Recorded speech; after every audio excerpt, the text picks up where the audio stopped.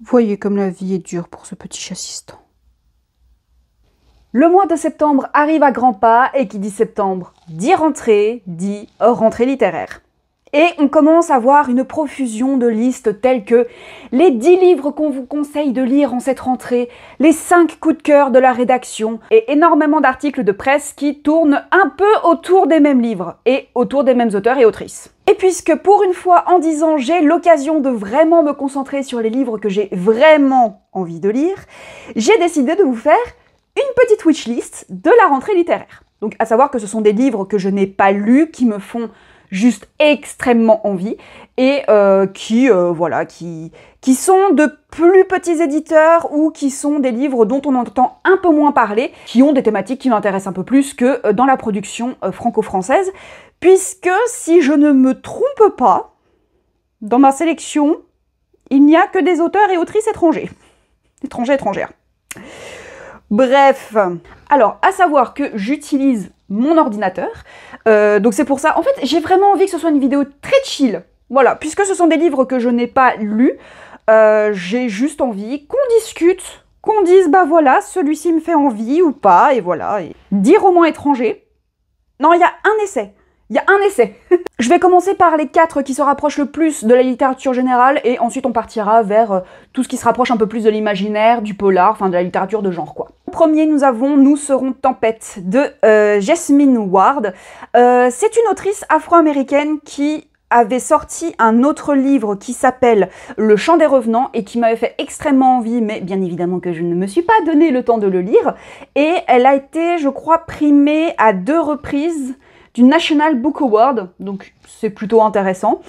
Là, c'est pas un texte très joyeux puisque ça va principalement parler de l'esclavage. On va suivre des personnages qui sont en plein dans l'esclavage, qui subissent l'esclavage, et nous sommes avec une jeune fille qui voit sa mère être vendue chez un autre propriétaire, et en fait son maître qui a fait des choses pas très sympas avec sa mère, va se débarrasser d'elle ainsi que d'autres esclaves. Et en fait, on suit leur cheminement vers d'autres plantations de la Nouvelle-Orléans.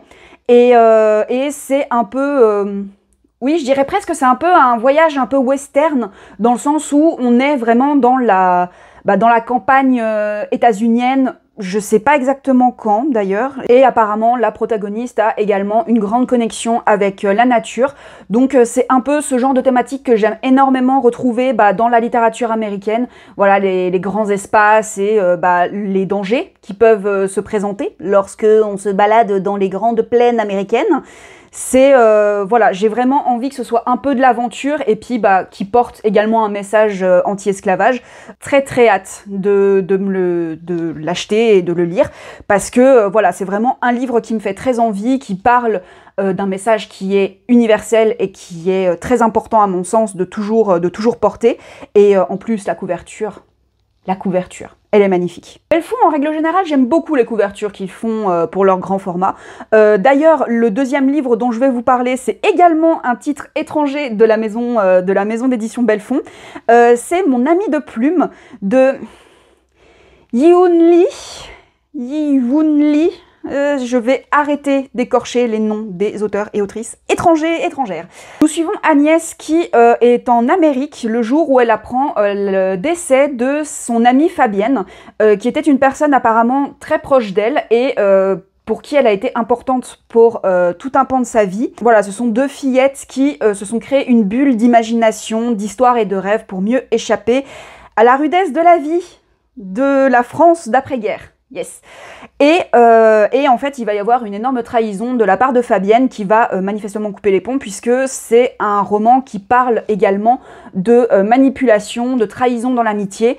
Et si je me rappelle bien, il y a également une histoire de création et j'aime beaucoup le thème de la création lorsque ça engendre des conflits entre des personnages qui prétendent avoir écrit des trucs alors que ce ne sont pas ses écrits à elle, etc. Enfin, il y a Yellowface, par exemple, qui me fait très envie pour ça, parce que, voilà, c'est usurpation d'identité, usurpation de texte, voilà, c'est ce genre de thématique-là dans la création que j'aime beaucoup, je saurais pas expliquer pourquoi, mais voilà, c'est un livre qui me fait également extrêmement envie, Et les transitions sont vraiment toutes trouvées pour ces 3 premiers livres, puisque le 3e livre que j'ai très envie de lire, il s'appelle L'effacement de Percival Everett.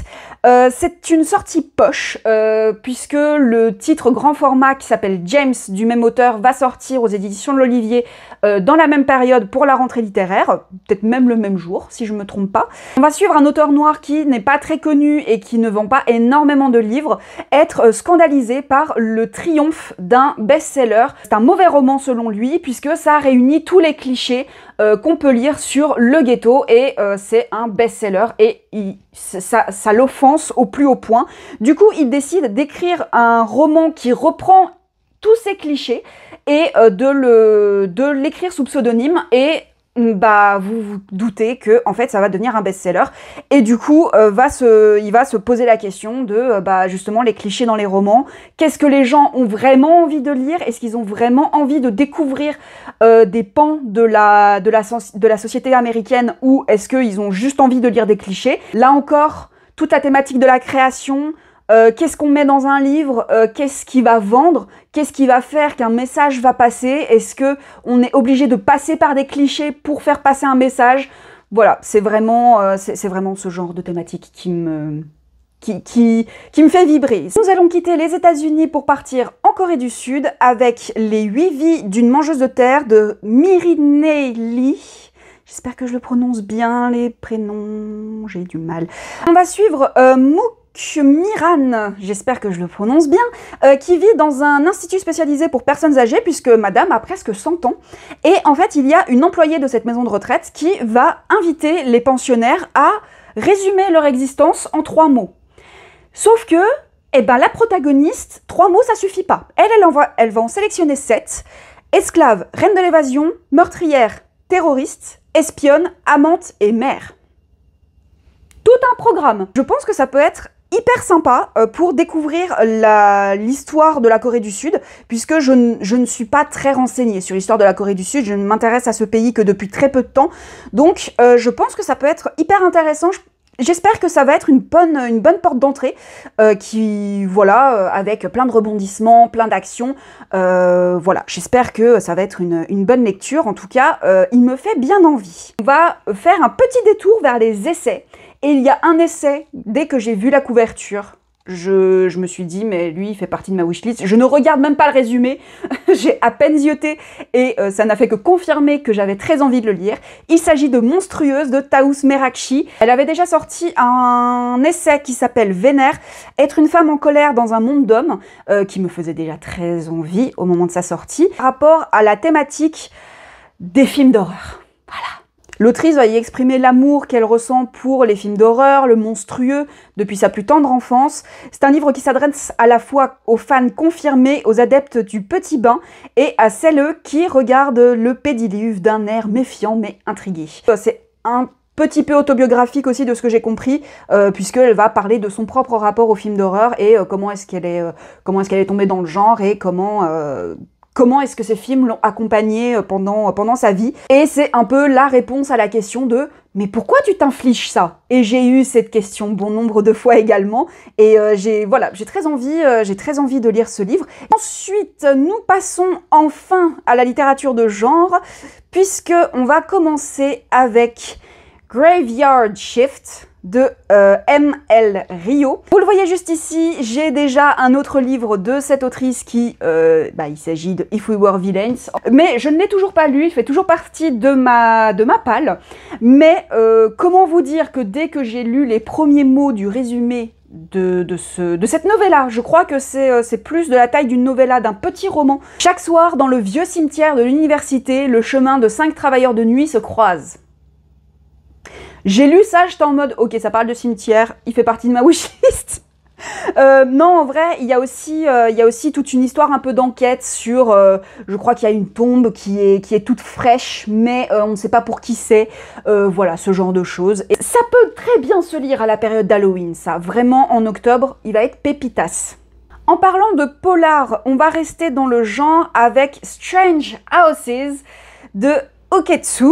qui est du coup un auteur japonais qui fait également du contenu sur les réseaux. Il faudrait que j'aille voir ce qu'il fait en vrai parce que ça a l'air vachement chouette. Là, du coup, il revient avec une histoire de maison chelou, puisque on a des plans d'une maison qui ne correspondent pas à la maison réelle, en fait. Il y a a priori des pièces cachées ou des espaces entre les murs, ce qui est quand même assez bizarre. Et voilà, donc toute une petite enquête au cœur de Tokyo. J'ai très envie de lire ce livre-là, en espérant être un peu plus emballée que par Strange Pictures, mais d'un autre côté, j'ai été emballée par le fait que c'était super bien écrit et que c'était haletant. Ça, je crois que je l'ai lu d'une traite. Petite lecture divertissante avec une maison chelou. Vous savez maintenant que j'aime les histoires de maisons cheloues.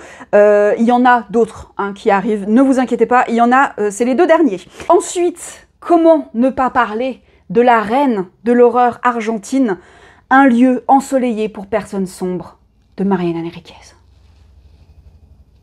J'ai très hâte, j'ai très hâte. C'est à nouveau un recueil de nouvelles et j'ai vu par-ci par-là, je suis pas allée me spoiler parce que j'ai très envie de tout découvrir un peu comme les nouvelles que j'ai déjà lues d'elle. J'ai vraiment envie de découvrir ces nouvelles sans rien savoir et on retrouve voilà des voix magnétiques, pour la plupart féminines, qui nous racontent le mal qui rôde partout et les monstres qui surgissent au beau milieu de l'ordinaire. J'adore, j'adore, j'adore, j'adore. J'ai tellement hâte, il sort le 2 octobre, je sens que le mois de septembre va être très long. On revient sur les maisons hantées avec les 2 derniers livres de cette wishlist, avec en premier lieu Model Home de River Solomon. On va y suivre la famille Maxwell, qui est une famille noire qui vit au Texas. Ce qui n'est pas une très chic nouvelle. Et on va suivre principalement l'un des enfants de la famille qui s'appelle Ezri, qui est non-binaire et qui va revenir dans cette maison avec ses 2 sœurs plusieurs années après pour essayer de découvrir un peu ce qui s'est passé avec leurs parents et surtout de se confronter à leur passé et aux fantômes de leur passé. Ça me fait très envie, voilà, ça me fait beaucoup penser à The Haunting of Hill House, donc forcément ça me fait envie. Les autres romans de l'auteurice me font extrêmement envie également. Il y a par exemple Les Abysses, Sorrowland, L'incivilité des fantômes. Voilà, donc ça sera le premier roman de l'auteurice que je vais lire et j'ai très hâte. Et le dernier livre que j'avais envie de vous présenter, il s'agit de C'était notre maison de Marcus Cleaver. Ah là là, les noms étrangers. Là, nous sommes avec la protagoniste qui est dans sa petite maison, très tranquille, très chill, qui un jour reçoit la visite d'une famille de 5 personnes, si je me souviens bien, qui lui demande s'ils peuvent rentrer dans cette maison, puisque c'était la maison dans laquelle ils ont habité. Et apparemment, Eve comprend qu'elle a probablement commis l'erreur de sa vie en les laissant entrer. Pas de bol. Il me semble que c'était sur le compte Instagram des livres de la crypte que je l'ai vu et elle l'avait vraiment beaucoup aimé et ça me donne extrêmement envie de le lire maintenant qu'il est traduit. Là également pour le 2 octobre, donc ça va être très loin, le mois de septembre va être très long, mais je vais prendre mon mal en patience. J'espère que cette petite vidéo wishlist très chill vous aura plu. N'hésitez pas à me mettre en commentaire quels sont les livres qui vont sortir au mois de septembre ou au mois d'octobre qui vous font extrêmement envie. J'ai toujours envie de voir ce que les gens ont envie de lire et ce qu'ils lisent parce que voilà, c'est toujours intéressant d'avoir plein d'avis. N'hésitez pas à partager et commenter et apparemment il y a une nouvelle fonction pour booster les vidéos sur YouTube. Je sais pas exactement comment ça marche mais bon écoutez, apparemment quand vous likez, vous boostez la vidéo, enfin vous avez en tout cas la possibilité. Je l'ai fait quelques fois, je sais pas si ça a vraiment un impact sur les vidéos des créateurs et créatrices que j'ai voulu booster, mais ma foi écoutez... on découvre les nouvelles fonctionnalités, on essaye de pas être une boumeuse et on essaye de tout tester. Et je vous dis à très vite pour une prochaine vidéo.